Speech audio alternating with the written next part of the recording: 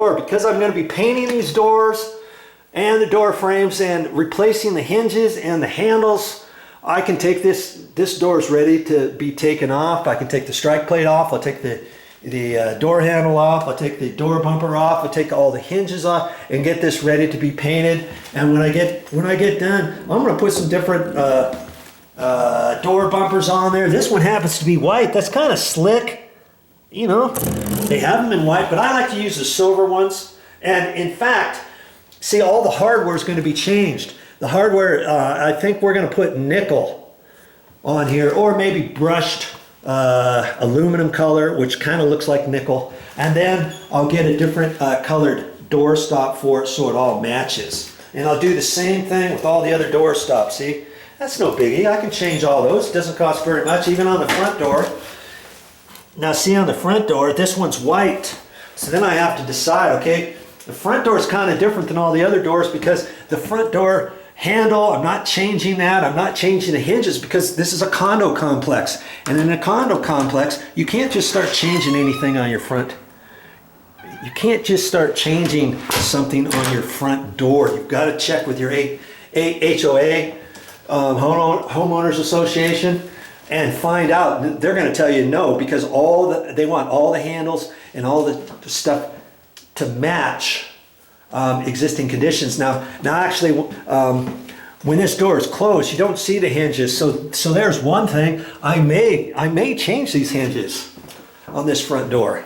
Okay, but see, that's the thing. If I change the hinges, I would probably want to keep them the same color because usually you want to keep everything the same on this door. Because see, this is still going to be bright brass, bright brass, bright brass.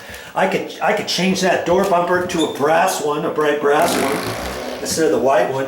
And if I change these hinges, I would get new hinges, bright brass. These look a little tired, a little marked up, a little. See, you know what they did? This was an older hinge, and then they use a different hinge half for this, because see, you can see different colors. This is dark, this one's light, this one's dark, this one's light, but it's the same thing just on that one. See there, this one's the same. See, look, and the bottom one looks okay. It's just that one. So I may have to change that, and I'll have to look. And maybe I can change it. Let's see, this one's clear on the 2. Oh, that one's clear on the 2. See, I could have taken that one. See, the 3 I need is this, but that's too dark because I'm going to be changing everything in here to nickel or the brushed aluminum color. And all the rest of the interior doors, this is a smaller hinge. This is probably 3.5-inch hinge. And the front door is a 4-inch. So worst case scenario, I could go to the store and just buy one hinge, the bright brass, and replace this one and have all that lined up so I could fix that. Okay, so I'll go around and on this front door, I know this front door is really close right there. And in fact, it's just barely starting to rub, and you can see that right there. And you can see it right there, see? And so today, before I leave, that's one of the things on the list, is I'm gonna have to adjust the 3 hinges on this door. Not that the door is sagging. The door is not sagging. It looks fine, but it's just too close to this edge. And I've got plenty of room here, don't I? Look at this. If I suck that hinge over and the door jamb area over there, same thing on that one, same thing on this bottom one, I've got plenty of room to do that. So I'm going to do the same thing as though I was doing a sagging door, except I'm doing all 3 hinges. I'm just taking this door and moving the whole entire thing over about 1/8 of an inch. So I got more of a gap here. Because this is a front door, and this front door, most doors have a beveled edge. This would be the high edge, and the back side would be the low edge. This would be the low edge, and this would angle a little bit so that this back edge isn't that much closer to the door jamb when it closes. Did you know that? Yeah. But this particular door, it's a metal clad door, and it's Hear that? It's kind of like a heavy plastic or metal something. On the outside, I think it's the same. And so I don't think they put a bevel on those. And all the interior doors would have bevels. I don't think I have my T-square. I don't think I have my T-square here. Maybe I do. I wasn't going to make this part of the video, but if you want to, if you're interested in seeing this, let's see. Let's see if I have the T-square here. Look at that. I do have it. Okay, let's just look at this door here for a second. With the door closing like this would be considered the high side. The high side of the door, and this is the low side. When you put your square on there, let's get you down in there. See? See the gap?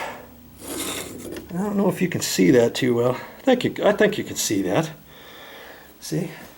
Every door has an angle. Now let's go down there and check that front door, shall we? Let's see if I'm right. I'm pretty sure I am. Because that's why on that front door I need to have a bigger gap than my normal. Okay?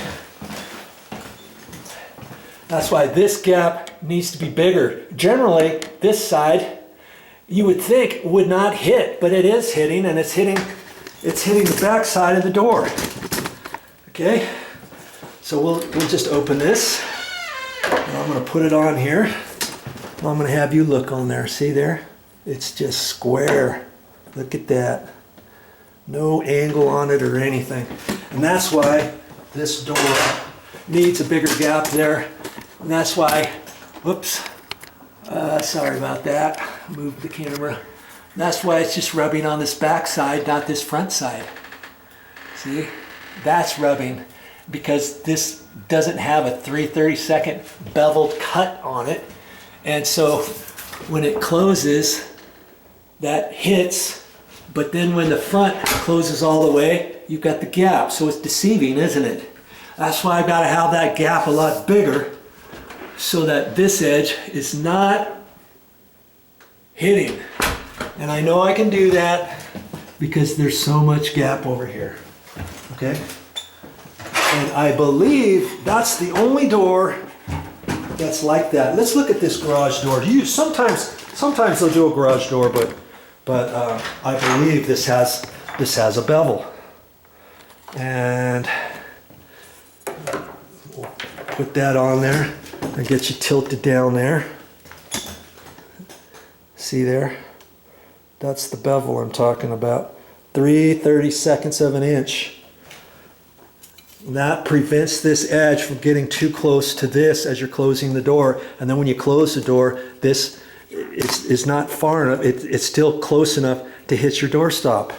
Bet you never even realized that, did you? Now you just learned something new from Joe. Okay, so I know I need to move those hinges over on that door, and then I'll check this one. I think this one's okay, pretty much. I'll just have to look at it. In fact, it might have to be sucked over, that hinge and maybe this hinge, because this is a solid core door, 1.75" door. See how close that is right there? It's not rubbing. I don't want it to get any closer. That's borderline. Okay. And see, that gap it's pretty close, but because I'm here, why not? I think I'll do that on that. These are self-closing hinges, this top one and the bottom one, because this door goes into the garage. And fortunately, I don't think they're spring-loaded right now. They need to be adjusted. When I open this door, it doesn't like close back by itself per se. It just kind of, see, it just kind of stops. So I should be able to take this off without them being spring-loaded. Okay, I don't think the adjustments are there. Because if it was spring-loaded, you try to take this off and it's going to want to push over real fast. And you're going to have to put a putty knife in there, a little screwdriver, make sure your fingers get out of the way. You know? But that's what I'm here for today. Just just to check out all these doors and stuff, because my next thing is painting. I'm not even really thinking about painting too much, other than what color and what sheen, what color and sheen to do in the bathrooms, in the closets, maybe different than the rest of the place or something like that. And see, I've got these other doors up here I've got to check today. And I'll check them. I don't mind. I know I've got some work to do on that door, on this door. I'm not quite sure what I'm going to do on this door just yet, because there's a big old gap. The door's closing fine. Okay. It's closing fine. It's not sagging, and I've got a nice gap down there. But the middle of this door jamb bows like that. You can see the big old huge gap I got right there. And granted, the latch is going in. Oh, you know what? I think I just got this figured out, what I'm going to do to make this latch get into this strike plate a little bit further. Okay, when I get the new door strike, I can tell this one's low just barely, so I could push that out so it's flush. This is depressed in just a hair, not very much. Take some little cardboard strips and put them in there. Then I can move that out a little bit. And then see, look at the side of the door. See here how this is pushed in? Look at that. Look at it's shoved in there almost 1/8 of an inch. See? So when I put the new one in, I'll do the same thing. I'll put some cardboard strips in here on both of them and pull that out so that this will be pushed out. That'll give me almost 1/8 of an inch extension of this, and that'll give me a little less than a 1/16. And then when I close this, more of the latch will fit into the pocket. I think I'll do that, because initially I was thinking about going through all the effort of taking this door jamb casing off, and then taking the casing off out here. See, real careful, score it with the sheetrock knife, score it over here, pull that off, and then I could take this door jamb with my hammer, screwdriver, crowbar, whatever, and just kind of pull it out to the left a little bit, from about there to about here, and that will make that gap a little bit less. See, I still have that big gap here. I'm still going to have this gap here. See how big that gap is? 3/16. But up here, it's 1/8 of an inch. Down at the bottom, it's 1/8 of an inch or 1/16 of an inch. And it's just, this is pooched. But I can fix that and know that the latch, feel comfortable that you won't be able to pull on this and have it pop out, or have it feel like, what's wrong with this handle? What's the deal here? So I don't think I'm gonna pull this off. I think I'm gonna leave that. But I've got another door here to mess with, this door to check.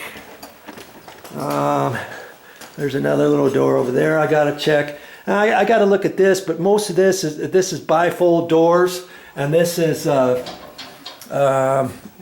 the washer and dryer is. Okay, I'm just going to briefly look at that, but all of the adjustments on that are on the door top and bottom areas, and there's other little sliding deals in here that can be adjusted right up in here. Let's get the light on here for you. This thing can be adjusted and be slid back and forth. There's all kinds of adjustments. So I'll look at that, but I don't think I have to do anything with the door jamb or anything like that before I take these doors down to have them repainted, let's say. And that's my only concern, is what I'm doing today, is checking all these doors, making sure they're all ready so that I can pull them down and get them ready to be painted. So, hey, I've only worked on like 2 doors so far, and hey, how do you eat an elephant? 1 bite at a time, I keep saying. And that's fine. I'm not going to make a video of all these other ones only if I feel it's something necessary to show you. I might show you, at the end of this video, I might show you the front door, you know, after I get it done. And, or during it, maybe just one hinge and what I'm doing to all the hinges and then showing you the end of that. I think I'll do that to end this particular video. And in fact, I think I'll work on that door next. I might as well. I'm down here. I got all my tools down here before I take everything upstairs. And then I believe I've got to work on this. So I'll do some stuff down here and show you that in a minute.